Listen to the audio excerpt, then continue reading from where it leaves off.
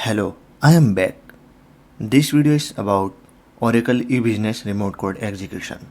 So here is the exploit which I created, and so let's explore Netlas to find the vulnerable targets. This is our query http.body eBusiness suite homepage, and we have 1266 outputs. Click on download, select CSV. In the field option, select URI, click on download, and our targets are downloading. And here we have downloaded our results about this specific query.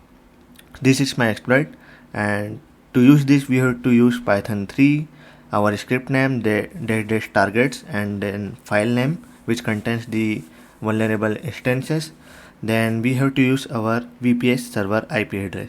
So this is the VPS server IP address, and here is our actual query.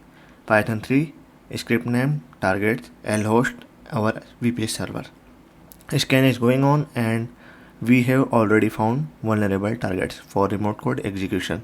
So you can see that we have got 2 or 3 vulnerable instances within a second. So you can use Netlas and